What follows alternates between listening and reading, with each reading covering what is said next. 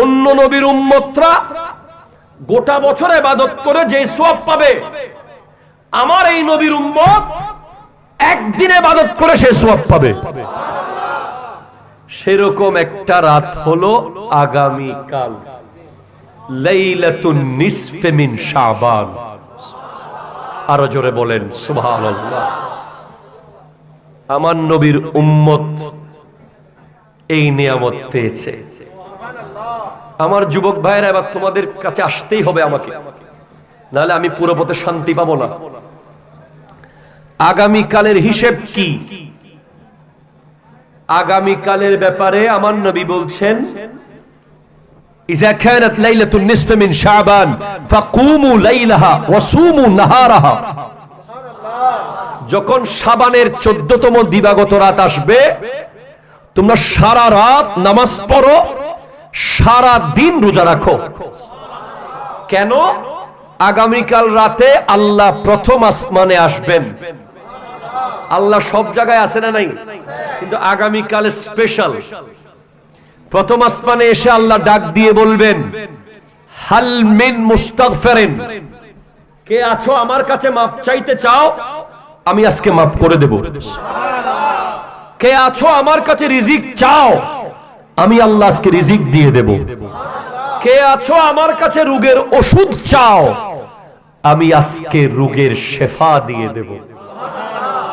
আগামীকাল রাত গৌসে পাক আব্দুল কাদের জিলানী রাহমাতুল্লাহ আলাইহি গুনিয়াতুত তালিবিন কিতাবে লিখেছেন, আগামীকাল দুই ধরনের বারাত। একটা হলো সৌভাগ্যবানদের জন্য বারাত হবে কালকে, তাদের ভাগ্য খুলে যাবে। আর একটা দুর্ভাগা, যারা দুর্ভাগ্যবান তাদের বারাত হবে কালকে, তারা সবকিছু থেকে বঞ্চিত হবে। আমরা কি সৌভাগ্যবান হব না দুর্ভাগা হব?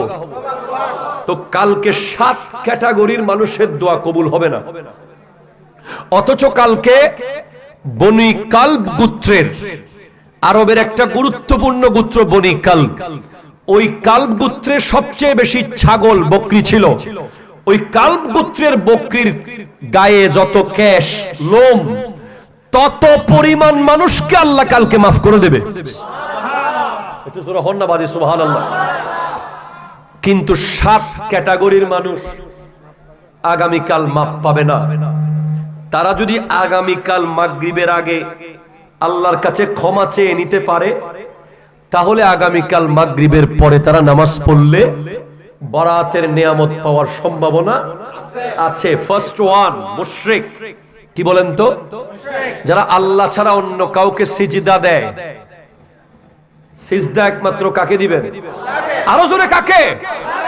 কোন মুশরিকদের কোন দোয়া আগামীকাল কবুল হবে না। 2 নাম্বার ইম্পর্টেন্ট, মুশাহিন, যাদের দিলের মধ্যে যাররা পরিমাণ হিংসা থাকবে। কি আছে? নমাতের অমুকের ছেলে ম্যাট্রিক পাস করছে, আপনার ঘুমাইতেছে না। এলে তো বাসকায় থনিকায় নাই না, না ইমবেক মঙ্গল গ্রহত আছে দে, এটা এলে মানুষ আছে না। ওয়া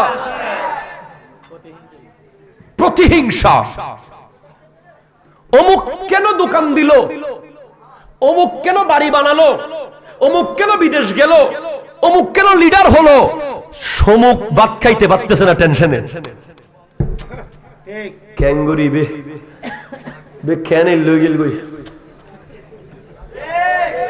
এরকম যার অন্তরে বিন্দু পরিমাণ থাকবে, মনে রাখবেন আগুনের কাজ হলো বাড়ি পুড়িয়ে ফেলা, আগুনের কাজ হলো গাছপালা এলাকা পুড়ে ফেলা, আর হিংসার কাজ হলো সওয়াব পুড়ে ফেলা।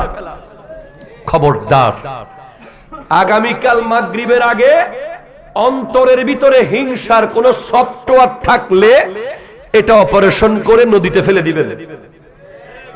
হড়ে ফেলাবেন দে, গন্ডামারা ব্রিজের নিচে ফেলে দিউন, ইয়েন নরাহিবে না। খনিকায় বড়র, খনিকায় শানবারের, খনিকায় লেহাপড়া বালাগরের, খনিকায় টিয়া হামার অন হইবেন দে আল্লাহ দিওক, আরো গর, আরো দিওক, আরো দিওক, আরো দিওক। এতে আল্লাহ অনর দিব, ঠিক কিনা হন না? হিংসা করা যাবে যাবে হিংসুকের দোয়া শবে বরাতে কবুল হবে তিন নম্বর, যারা আত্মীয়তার সম্পর্ক ছিন্নকারী।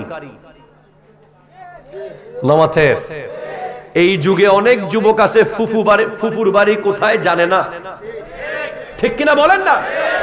খালা কি মরে গেছে না বেঁচে আছে তাও চাচতো ভাইকে পর্যন্ত চিনে না, বলে এটা তোমার কাজিন, ও আমার কাজিন।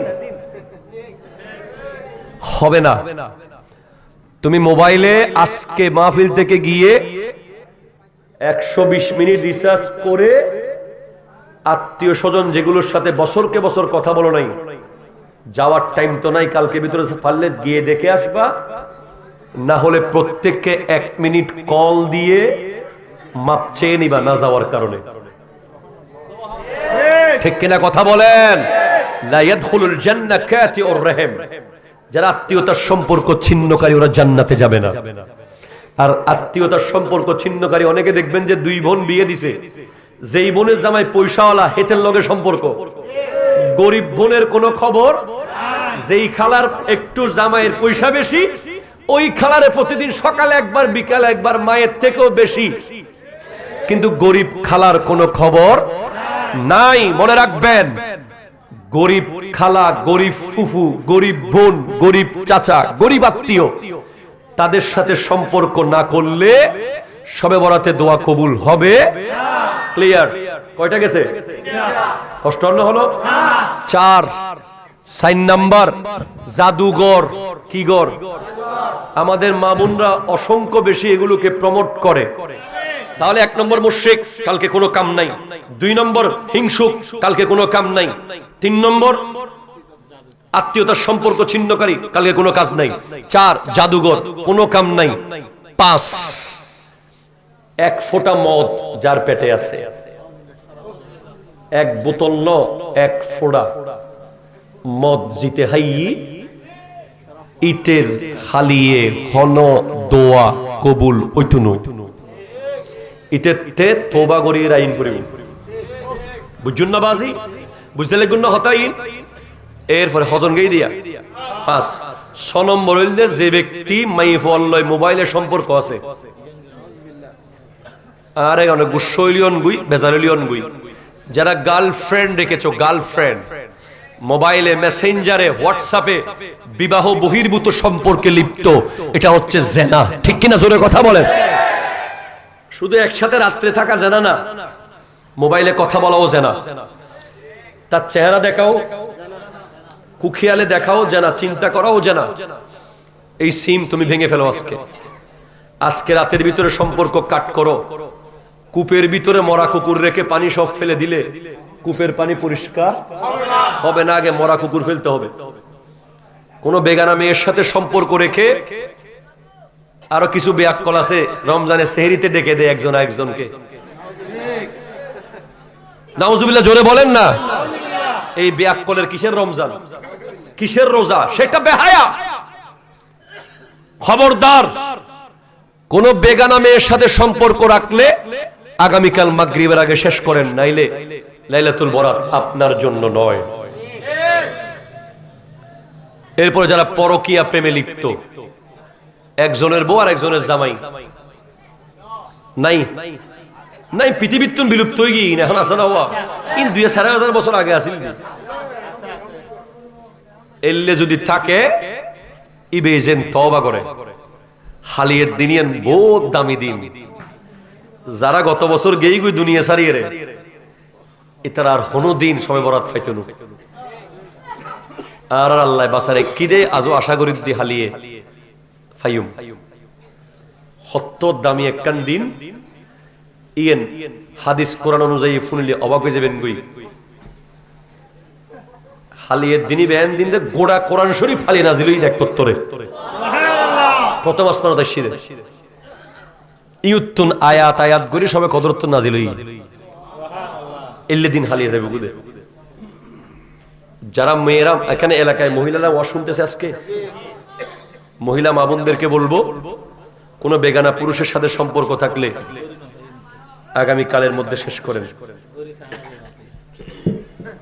এরপরে 7 নাম্বার হলো খুব ইম্পর্টেন্ট, বাবা মার অবাধ্য সন্তান।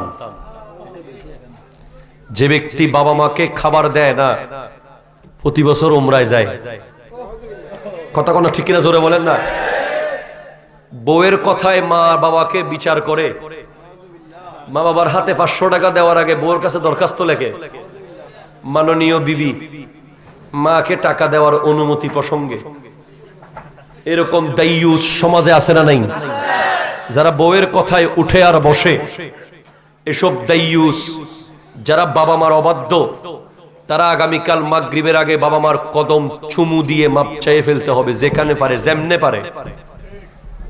যত যা হইছে সব কিছু ভুলে গিয়ে কদমের চুমু দিয়ে কালকে যদি চায় মাগরিবের আগে, তাহলে কালকে শবে বরাত তার জন্য হবে। মা বাবাকে অবাধ্য করে সবে কদরও নাই, সবে বরাতও নাই, রমজানও নাই, কোরবানও নাই, হজও নাই, কিচ্ছু নাই। এজন্য আগামীকালের ভিতরে এই প্রিপারেশনের দরকার আছে না নাই? এরপর একটা বিষয় হলো হালুয়া রুটি। নাই ফাল্লার এটা খন্নানো না? হালুয়া রুটি নিয়ে আমাদের দেশে একটা তর্ক বিতর্ক চলে। আমরা হালুয়া রুটি খাওয়াকে ফরজ বলি নাই, বলছি? ওয়াজিবও বলি নাই, বলছি? আমরা বলেছি যে মানুষকে খাওয়ানো সুন্নাত। আপনি যদি কালকে হালুয়া রুটির জায়গায় যদি দেশি মুরগি আর ছাগল জবে করেন আরো ভালো। হালুয়া রুটি ছিল যে তৎকালীন সময়ে সবচেয়ে কম টাকার খাবার, নমাতের সবচেয়ে অ্যাভেলেবল খাবার, যেটা খুব কম খরচে পাওয়া যেত। গরিবরাও করতে পারত, ধনীরাও করতে পারত। এজন্য হালুয়া রুটির প্রচলন হয়েছে। এখন যদি আপনি কালকে কাচ্চি বিরিয়ানি খাওয়ান, এতে কোনো অসুবিধা আছে? তো হালুয়া রুটির দলিল কি? বলে সোনামুড়ি যেই দলিলে জায়েজ, হালুয়া রুটি সেই দলিলে জায়েজ। রমজানে সোনামুড়ি ছাড়া ইফতার আছে? আমি সৌদি আরবে উমরায় গিয়ে দেখতেছি যে একজন 73 রিয়াল দিয়া, কয় রিয়াল? 73 রিয়াল গাড়ি ভাড়া দিয়া 5 রিয়ালে সোনামুড়ি কিনছে। ওরে এত দামি দামি খাবার দিলাম সৌদি আরবের, কয় নওয়াদ্দে নওয়াদ্দে বদ্দা সোনামুড়ি লাদ্দে, ছুট ছুট করে সোনামুড়ি নফাদ। মসজিদ নববীর সামনে আর গৌসিয়া কমিটি বাংলাদেশের লাইন আছে 322 নম্বর গেট। ইনশাআল্লাহ 24 তারিখ আল্লাহ নিলে আবার যাইব। ওনার ব্যাগ কোনো সালাম পৌঁছা দিম আল্লাহ রাসূলুল্লাহ, ওনারা দোয়া করিবেন। এই লাইনিবে মধ্যে বাঙালি ভাই হলরে সেহরিও করায়, ইফতার করায় গৌসিয়া কমিটির বাইক কলেজ সৌদি আরব শাখার। এই ব্যাগুন জাগ দে সোনামুড়ি হাইবেন না।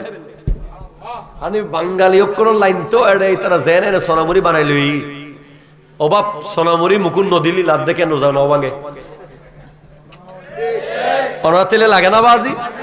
তো সোনামুড়ি খন হাদিস খন কোরআন ফাইন দে হদে নাও জোর ইবে খাইতে খাইতে উরুফ হয়ে গিয়ে দে, উরুফ ঠিক কিনা জোরে হন না? জিবে এই যে দলিলে সোনামুড়ি জায়েজ, এই দলিলে হালুয়া রুটিও জায়েজ, ঠিক কিনা জোরের কথা বলেন। তো আগামীকাল রাত আল্লাহ তাআলা আপনাদেরকে সহি সালামত উদযাপন করার তৌফিক নসিব করুক, আমাদেরকে পরশুদিন রোজা রাখার তৌফিক নসিব করুক।